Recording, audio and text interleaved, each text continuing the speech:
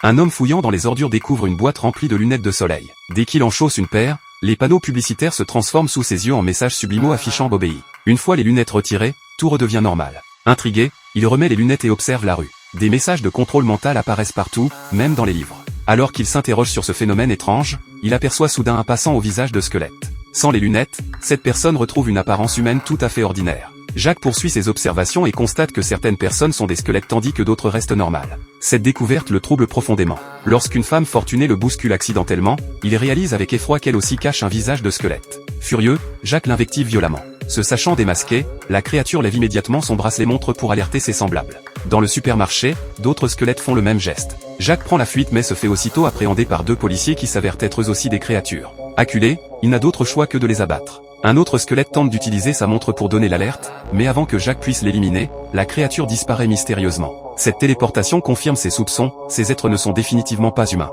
Le soir, devant sa télévision, Jacques voit apparaître un vieil homme lançant un appel désespéré à la population. Les pièces du puzzle s'assemblent enfin, la Terre est sous occupation extraterrestre. Ces envahisseurs utilisent une technologie avancée pour prendre forme humaine et ont infiltré les plus hautes sphères du pouvoir. Via les ondes télévisées, ils diffusent des signaux hypnotiques qui manipulent les pensées et comportements humains. Certains humains, appâtés par le pouvoir et l'argent, ont choisi de collaborer avec l'ennemi. D'autres, animés par un sens de la justice, organisent la résistance. Maintenant qu'il connaît la vérité, Jacques décide de rejoindre le combat pour sauver l'humanité. Il contacte d'abord Jenny, son amie qui travaille à la télévision, espérant qu'elle révèle publiquement l'invasion lors d'une émission en direct. Jenny semble accepter, mais elle a déjà basculé dans le camp des collaborateurs. Jacques se tourne alors vers Kate, son meilleur ami. Face à cette réalité terrifiante, Kate refuse catégoriquement d'y croire. Jacques lui impose alors de force les lunettes révélatrices. Le choc est immédiat, tous ces dirigeants en costume cravate ne sont que des squelettes déguisés. Cette vision d'un monde contrôlé par des extraterrestres convainc finalement Kate de rejoindre la résistance. Le film que je vous présente aujourd'hui s'intitule Day Live, un thriller américain captivant.